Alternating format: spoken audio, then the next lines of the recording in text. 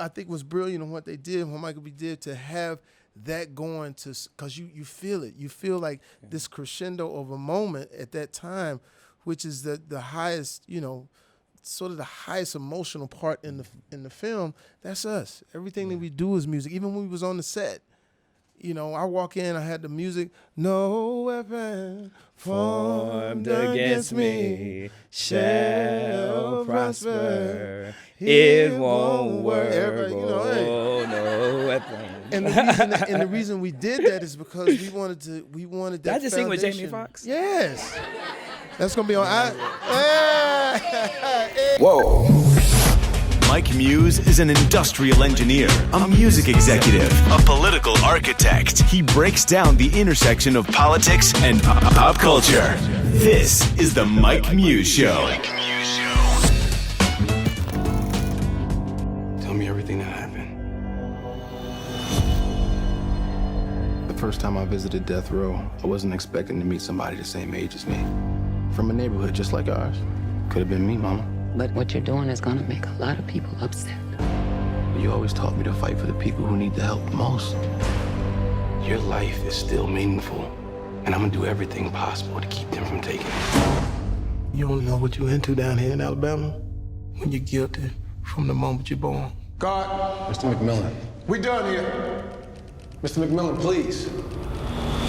What's up, world? It's your boy, Mike Muse. Welcome to another episode of the Mike Muse Show. I am so excited to be in conversation with you. This is my first town hall, and I could not be more excited to have my friends and family in the room with me today on this very special occasion when I have the chance to be in conversation with two of one of my favorite people of all time.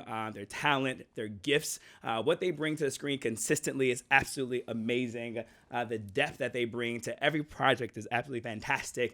But in particular, the depth that they bring into this current film that we're here to discuss right now, and that is Just Mercy. Just Mercy is a powerful film that I have seen twice. It's a very emotionally jarring film that I have cried multiple times on. But it really highlights the struggle of the criminal justice system. It really paints the picture of the total ecosystem, our criminal justice system, where we are, and it really humanizes the occasion. So enough of me talking. I want to introduce my very esteemed guest that I have today. To my right, Mr. Michael B. Jordan. What's going on, man? Thanks for having me. Yes, thanks for being here. Appreciate and it. to his right, Mr. Jamie Foxx. Yeah. Thank you for having me. Now, I got to throw some darts, in the room because I have the mic and I'm the host. Me and Michael B. Jordan have a little thing going about Michigan versus Michigan State. For some reason, Michael B. Jordan enjoys Michigan State. I don't know how that is possible. East Lansing, what's going on? So the irony that Just Mercy is based in Alabama and Michigan is playing University of Alabama in the Citrus Bowl. How you feeling about that? Man, I'm excited. Okay. The reason why is I think Alabama's going to play their second string. Oh, man. And so we're going to roll Tide all over them. Okay. Yeah. Okay. I think everybody enjoys that just a little bit. Yeah, but the question is, where's Michigan State playing right now? Oh, man, it's disrespect. Disrespect. That's tough. Disrespect. Okay, I see You see? I'll hit you later. I'm going to hit you later. Jamie Foxx, do you have a horse in the race when it comes to college football by chance? I know you're a Texas guy. I'm a Texas boy. But I have a lot of Oklahoma friends right now. So a lot of Oklahoma friends. When I was younger, Oklahoma was like the guy, and I shouldn't have been. But Jamel Holloway, the old school, Absolutely.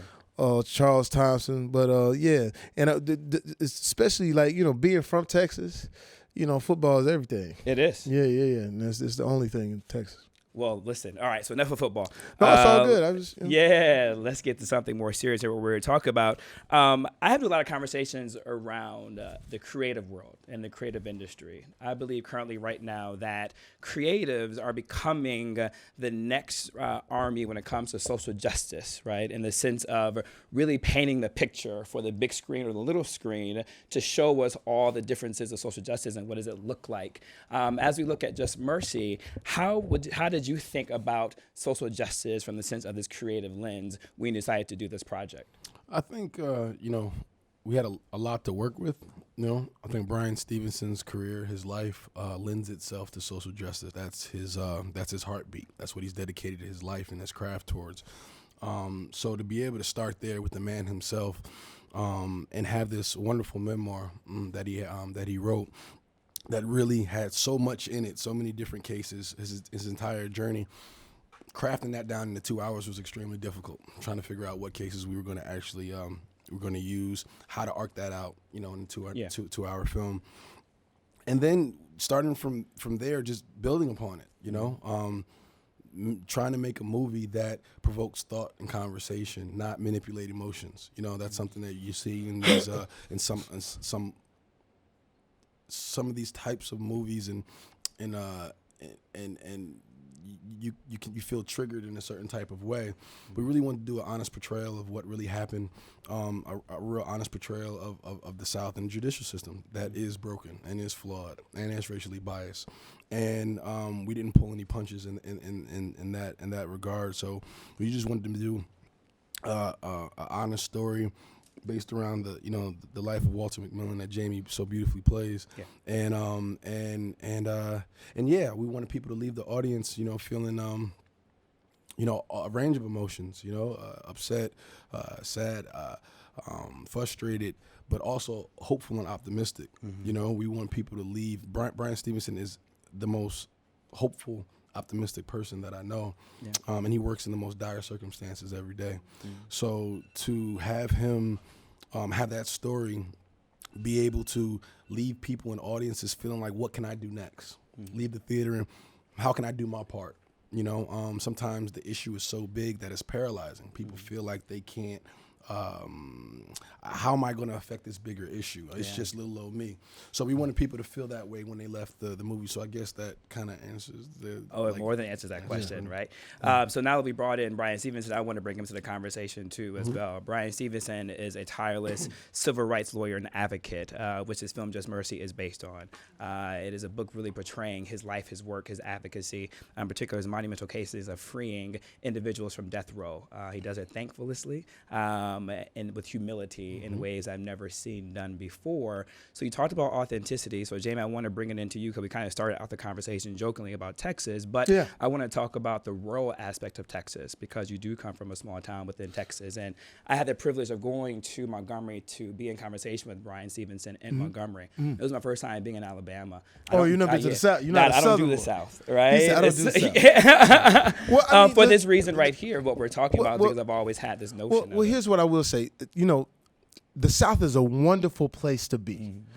I learned so much from having Southern people around me, the way I am, the way and I view city people. I'm in awe of city people. When I see people from New York, LA, I really appreciate how the get up and go of them, the independent spirit. But the South is a beautiful place. However, there are things in the South that have not changed. And the reason being is because it's a very interesting thing. Do you realize that only 13% of us have passports, meaning we don't travel a lot? And people that are in the South they actually never leave their block. So everything that they know about you comes from either their parents, who was taught certain things. If it's a racial thing, that racial domino that was pushed years ago that no one stopped, they keep that in their minds, or whatever news media that they watch keeps painting these pictures. So therefore, the South is sort of victimized of perception, meaning that even when we tackle these characters, it's the perception of a black man. The perception of the black man is automatically guilty of a crime. We accept it so easily, even us as black people, that we see it so much that we start to rap about it. Think about it. Even our music sometimes says, if you don't get the badge of going to jail, somehow you're not authentic as a rapper. So it sort of wraps us up without even knowing it. But having that Southern upbringing allowed me to attach to Walter McMillian, because I know what it feels like to have that real threat, to be on, as black folks, we live two different lives. At home, we ourselves, we black, you know what I'm saying? It's fried, you know what I'm saying? It is. But then when we go out, especially as a black man nowadays, we have to be aware of our circumstances. We used to be able to tell our kids, especially our young sons, that if a cop pulls you over, just do what you're supposed to do. Be cordial in a sense. But now we see that doesn't work, because now, unfortunately, we can see images on social media where he's doing all of the right things, gets pulled over for a traffic stop, somehow he ends up dead. While in other situations, people who aren't of color get apprehended.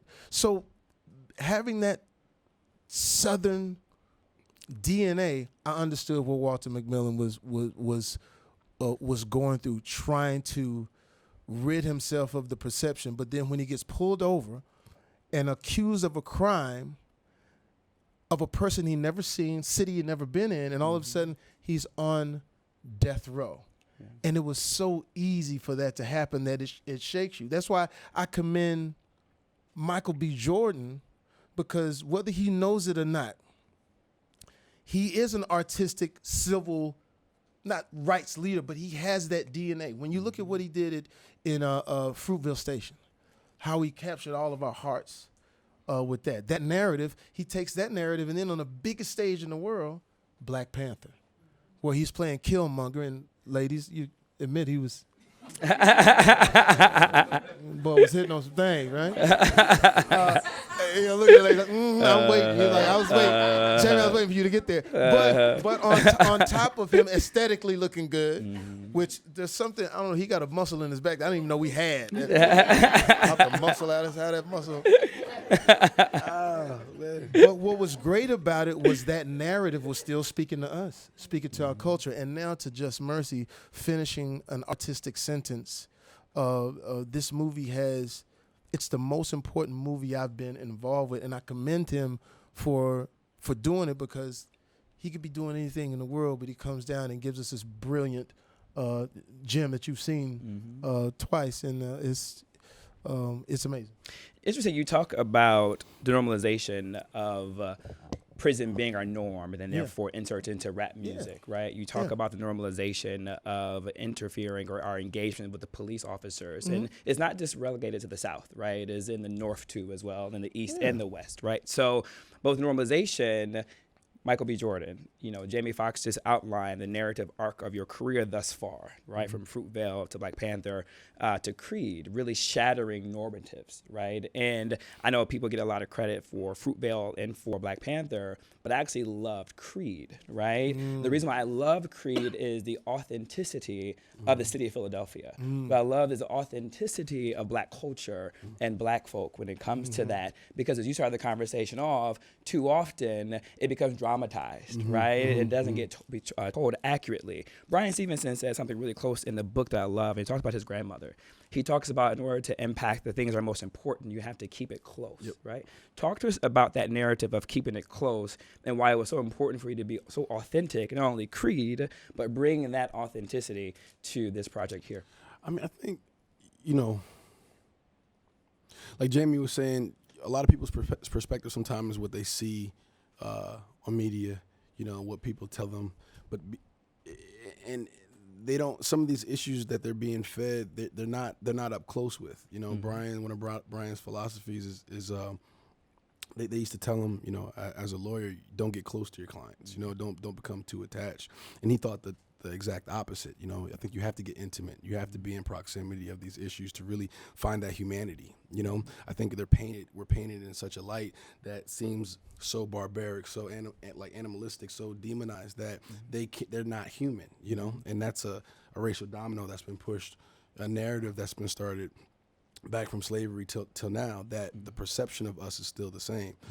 Bryan Stevenson says that slavery hasn't ended, it's just evolved. Yes. And I feel like that authenticity, keeping things close, getting to know the Walter McMillians, knowing the family that's on death row just as much as Walter McMillian is, understanding that some of these inmates, some of these people that are incarcerated, that are put on death row, that may have dementia. Yeah.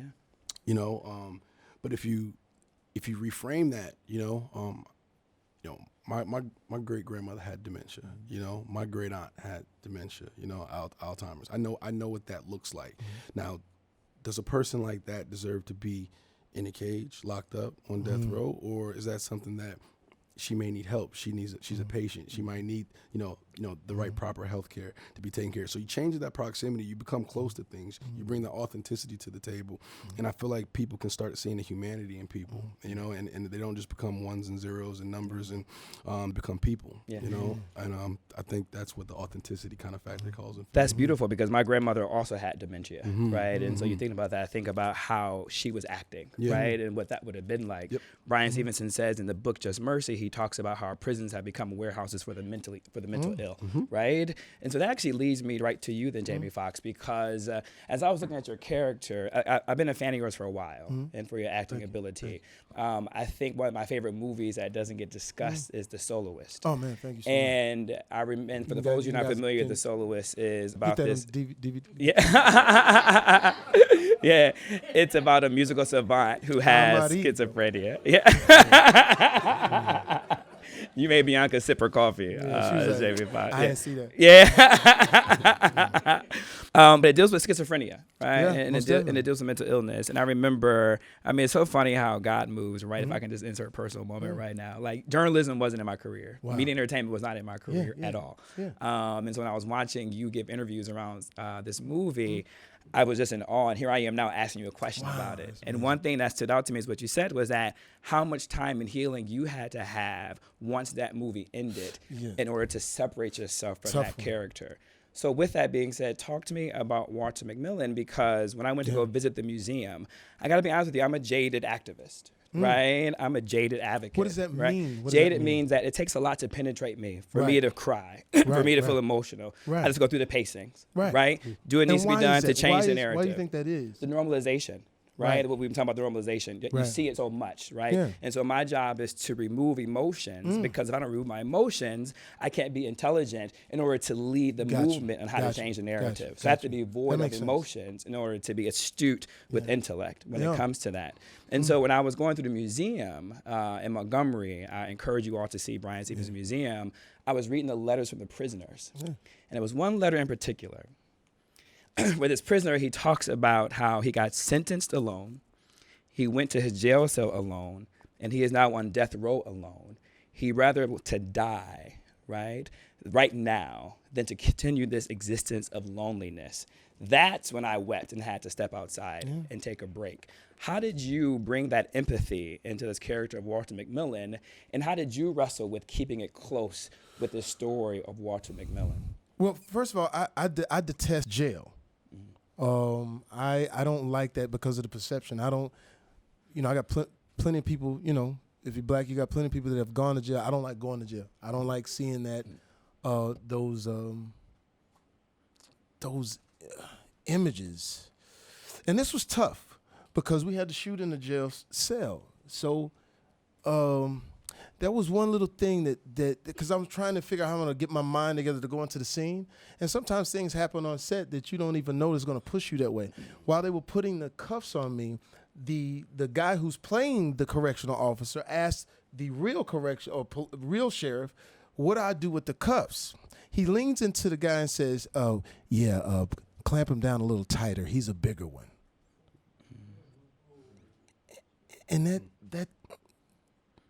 I didn't break on him, but I took that into that scene, like, wow, it's what they really think. Now, he wasn't being harsh. This was just, like you said, normal. And that shook me, And so when you see that interaction between Michael, who plays Bryan Stevenson brilliantly, it comes from a real place. And when you talk about death row is different. Death row is the most different. I went to death row for studying for another movie, and it's eerie. These people are waiting to die, and the worst thing you can give a death row inmate is hope. Because if they hope anything, they're sitting here waiting for the worst to happen. If hope gives them any life, and then that hope is extinguished, they go even further. So you're watching in the movie Walter McMillian not wanting any hope, and then here comes this angel of a person, Bryan Stevenson, who's willing to go in and be emotional and be attached. I think is, like I said, it's the most important movie that I've done in my career because of what it says. You know, a lot of times we get frustrated and we'll be on our phones and it's a revolution on the phone, like the whatever the revolution will be that day, and 30, 40 minutes later, we don't know how to sustain it. We don't know what to do. But Bryan Stevenson exemplifies all the things that we want to say and do every single day. So that's why I think it's so important that we get out and support and see this film. Yeah, I couldn't agree more with that. And so I want to talk about Bryan Stevenson and you, Michael B. Jordan, and how you brought your own constitution into this space. My favorite scene in the movie is actually in the beginning. And for me, it's the most vulnerable scene when you're asked to when Bryan Stevenson and the person who you're playing is asked to strip naked in order to go to see the client and to Walter McMillian. And you talked earlier in our conversation so far about how slavery still continues today, just in different forms, right, and how it's evolved. And I think about the story of Keith White, another attorney, who was saying what he has to go through in the motions when he's going before a jury, arguing on behalf of his client, how to shake the narratives of preconception and prejudice that already exist with him. Talk to us about what it took for you to prepare for that vulnerability and what you were thinking of as you were going through the pacings of that scene.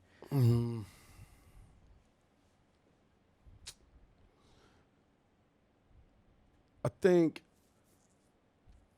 it was like really understanding who Bryan Stevenson is, getting a chance to get to know him, his approach, his strategy.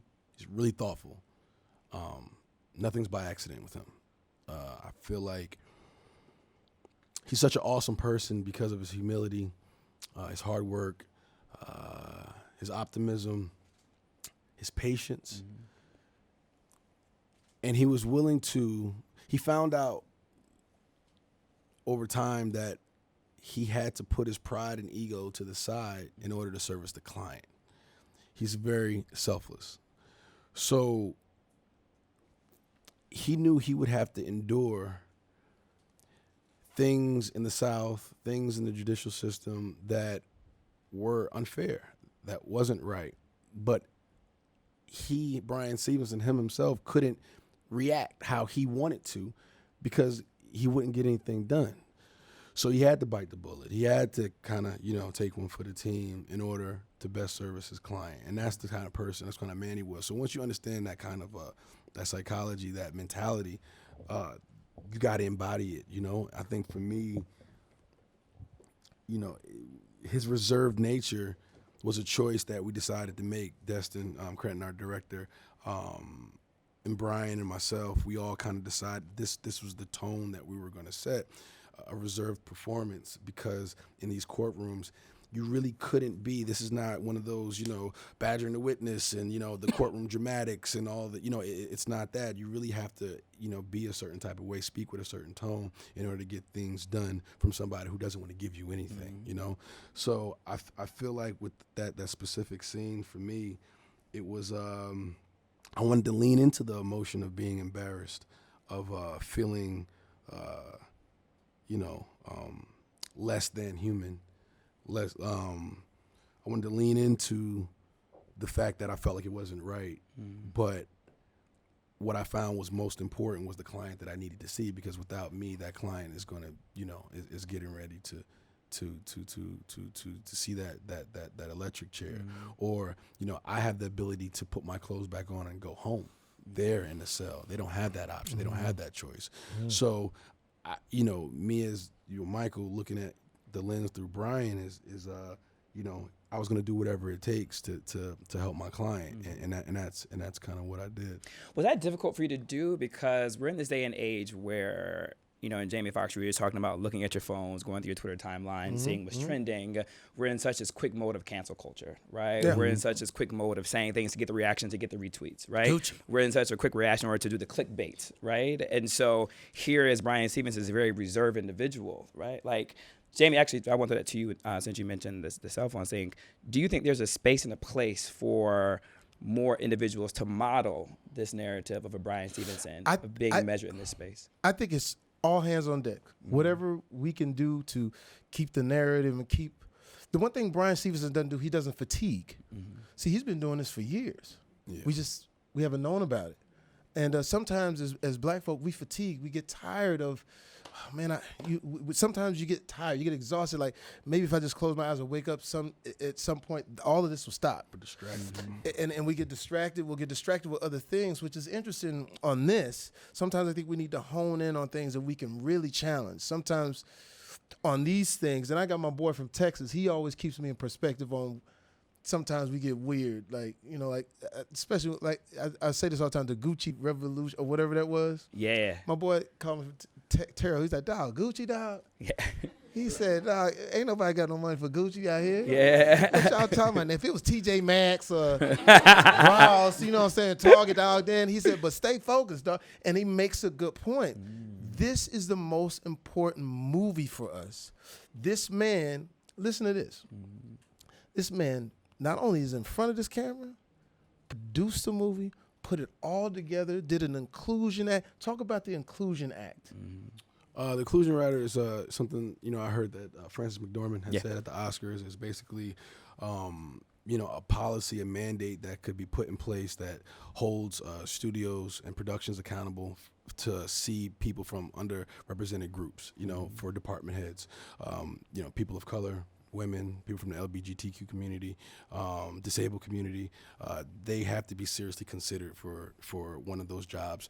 It's giving them a shot, giving them an opportunity that they normally wouldn't see. In Hollywood, we're very, cliquey, the circles. That's just the way it is.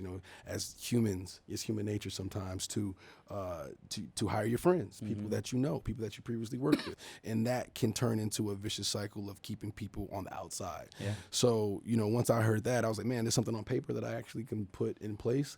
So I made that my production company's mandate, and Warner Brothers was gracious enough to run towards that idea and made Just Mercy their first film under that Inclusion Act. Yeah, and, give it up for that. Come on, man. Yeah. And Warner Media asked us to help write the language for their Inclusion Act. So now all of Warner Media, all of the the companies under Warner Media uses this Inclusion Act as well. So it's a step, and I think it sets precedents hopefully across the board that other studios and other production companies will start to follow suit. Yeah. Because when you see the biggest one in the game do it, sometimes people are they're hesitant to be the first one in on something. The fact that they took that first step is major, and hopefully we'll start to see some type of change. Well, not only do I commend you for the inclusion writer that you created, I just applaud you for you using your social capital and your social responsibility and willing to put on the table, not only for the inclusion writer, but to do a film that addresses the death penalty. We are living in a time where America is most polarized as it is. And so for you to tackle a narrative that is polarizing and putting a human characteristic on it, right? And really bring out the humanity of this film. As a producer, I want to celebrate you for that and the difficulty that is. Yes, man.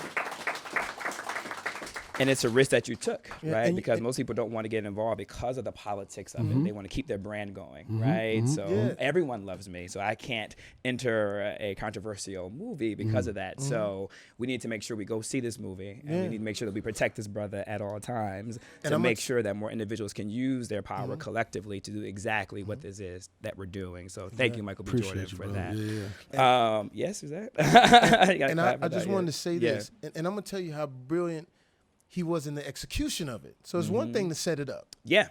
But it's the other thing to actually execute on a high level, because he still can't compromise his brand when it comes to the execution of his art. They tested this movie in front of an all-black audience, tested at a 97. Well, we hoped that would happen. The black people come through, support, right? He tested in front of an all-white audience in the Midwest. What did it test? A 98. So it lets you know that not only did he put his name on it, but he put the work in to make it a human story. When you watch this movie, and here's the thing, I got to talk about that. He does a speech in the movie, Bryan Stevenson speech that will move you to the core. But when he was doing it, he was working it out, and when he finally got it, he got a standing ovation from the extras. Wow. I went I went to, we all emotional. We in church now. I went to touch him and say, and he walked out. I said, got Yeah. you know how black people he got the Holy Ghost. Yeah. So I was like, yes, Jesus. I was like, yes, Jesus. Yeah. Yes, Jesus. Yes. Yeah. You know what I'm saying? He blesses. But you know what? He didn't get a chance to see the standing ovation. Yeah. I had to text him and say, listen, man, what you just did, people in the fourth row are weeping. But then as we get on this journey of the movie, and he's, fingers crossed that everything turns out right, we get to Toronto Film Festival. And I told him, I said, man, you're going to be surprised when people actually see this on the reaction of your performance. We walk out on that stage, and Toronto Film Festival is the hierarchy when it comes to cinema. We walk on that stage, and they give him a standing ovation. Now he gets a chance to see it. And they stood up for, I think, 8 minutes. It's crazy. It's amazing. So that's why it's not only the message, but the entertainment value of it, the artistry of it. So it's really important, like you said, really get behind this young man because he's doing it on a whole different level. Yeah. And just to follow that, I can't take, I appreciate obviously everything as Big Brother, man, and the kind words and stuff like that. But this movie, I take a tremendous amount of pride in because it was a family effort. Yeah. It was every actor, from the director down to the PAs, everybody believed in what we were doing. They showed up every day. There was no ego. They believed in Bryan Stevenson. They believed in the story. They believed how powerful this movie should be. I don't know if I could have got through that scene in the courtroom without Jamie being there next to me, telling me that, hey, man, you got this. Take your time. Playing music for me before the scene to make sure we got into the right mood. Playing music to help get me out of it sometimes when I was too far deep. Having a director that had, great court vision and being able to really, to establish and shoot things the right type of way. And tremendous writers, Brie Larson, Tim Blake Nelson, Rob Morgan, O'Shea Jackson. Everybody played their part to a T. And I take pride in helping putting that team together to go out and get that job done. So, obviously you're going to be the face of certain things, but I can't not say that it was a family effort, man, through and through. This is powerful for me, and I'm kind of understanding certain parts of the film and why it was executed so well, as Jamie mentioned, right? Because I do want to talk about the mechanics of the film, right, and how flawless this film is, not just from a narrative perspective. So it isn't just that the narrative draws you in with this film, right, and the impact of it, but it's actually the technical aspect of it, the way that the story arc is, right, the pacing of it, the directionability of it is fantastic. But before I go there, I really am just admiring these two black men celebrating each other in front of me, right? Got to. The way you celebrate each other, the way you look out for each other, the way you toss things to Michael, the way, Michael, you give it right back and call him your big brother. It is beautiful to watch two black men lead this film, rare, and in Hollywood, right? Because I have been in position. Yeah, it's very shaky. And so I just want to make sure I bring that. Yeah. Well, and it was all cuss, but don't cuss either.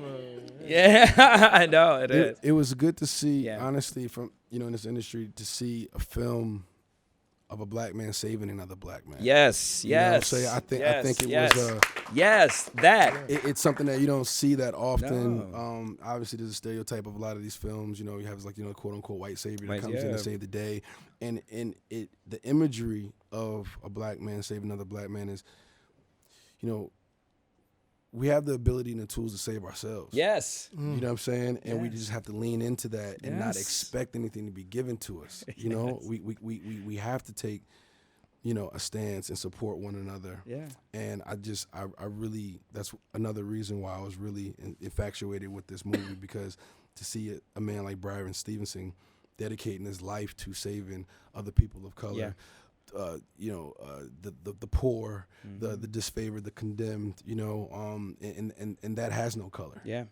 So Yeah, I just wanted to say that. No, I think that's important. I'm even go further, right? Not only in the film, a black man saving a black man, but it's also being produced by a black man, right? I mean, that's even there. That narrative. Suzette and I have a friend, Chanel. She always says to us that the Calvary is not coming to save us, right? Like we must save ourselves, right? And this is exactly what you guys are doing with this piece of like saving ourselves, right? And so I commend you with that, because just to throw some data and some stats in there to talk about how important this is, and talk about how important the work that Bryan Stevenson is doing in saving us, right? In the situation of, in progressive liberal state of California, there's over 700 prisoners that's sitting on death row right now. They have the largest, when it comes to death row, is actually the liberal progressive California, right? Let's talk about a DNA and how important that is, and the work that Bryan Stevenson has been doing to make sure individuals get exonerated, right? Since 2007, I couldn't find the most accurate data. Since 2007, over 398 have been exonerated. You know how many of those were African Americans?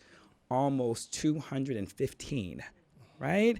Followed by whites was down to 70, followed by Latinos was down to 40, followed by Asians down to 2, right? The disproportion of blacks being put on death row and being sentenced is extraordinary, right? Which is the reason why the importance of this film is to be had, and the importance to celebrate a hero such as Bryan Stevenson for the work that he's doing. In the remaining times, I want to just pivot just really quickly to the mechanics of the film. So I want to make sure, Michael, you get celebrated for this.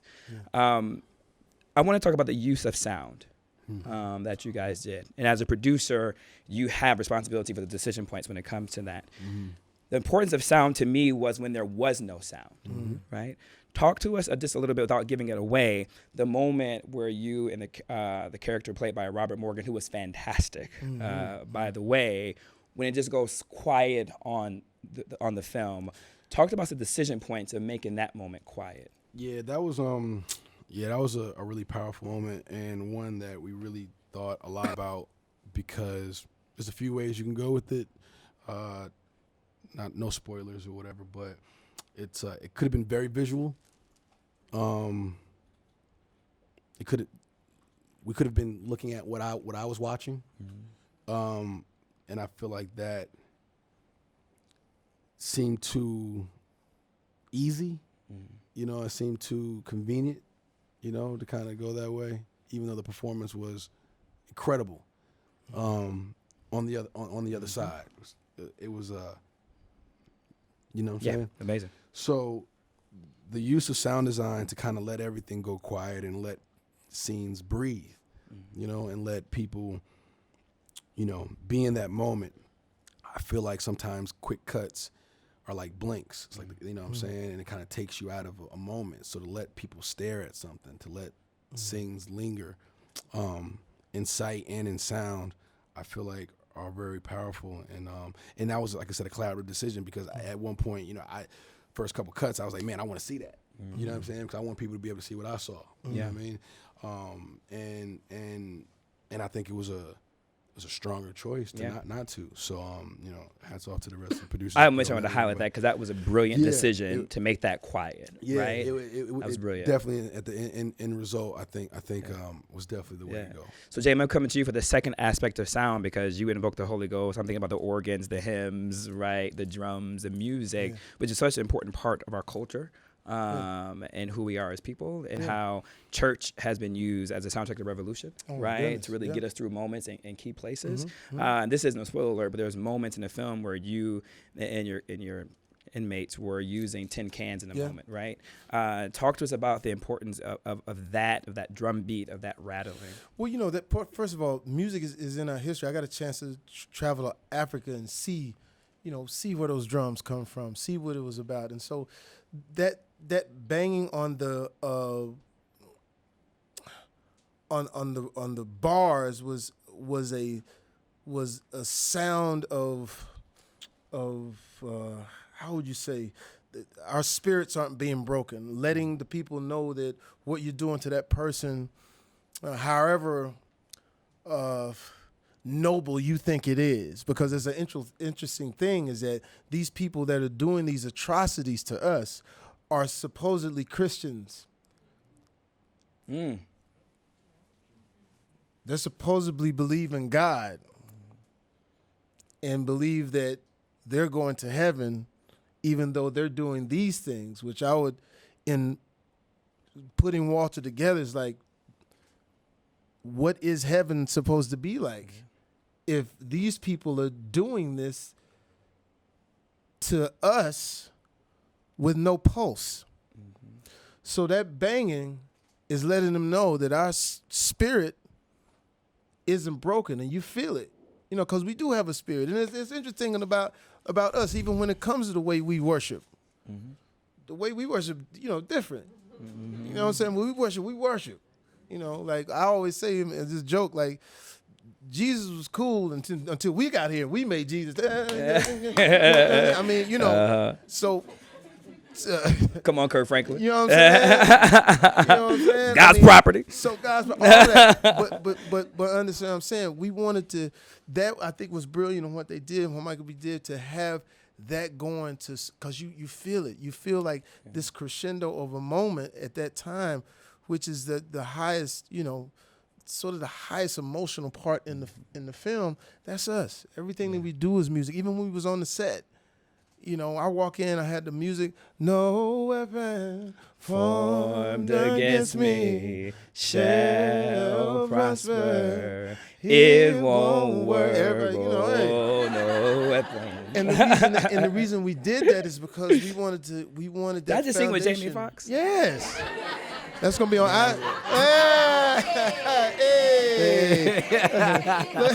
We got that on video, right? Yeah. Okay, good. Oh man. Masked singer, Jamie. You never know. But it was music was definitely a huge component. Yeah. Well, I couldn't think of a better way to end than on that note, because you said something really profound that I've been wrestling with for a moment now in terms of how I've understood slavery. Yeah. And I've understood slavery and how were they able to recognize their Christianity with the use of slavery and with imprisonment of prisons is because they never seen blacks as human. Yeah. And so because they never saw blacks as human, then they thought they were doing God's work by capturing us and enslaving us, right, and keeping us tamed. So allow them to worship their God while keeping us tamed. But that goes to the brilliance of Michael B. Jordan. The decision plans you made is to make this film to make blacks whole. Yes. Right? And to make us look human, right?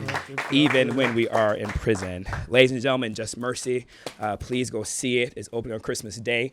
It's like theaters and nationwide shortly thereafter. Run and see it. It's more than just about the narrative. It's a movement, it's a narrative, and it's celebrating our heroes that do not get celebrated, who needs to be celebrated. So thank you, Michael. Thank you, Jamie Foxx. Yeah.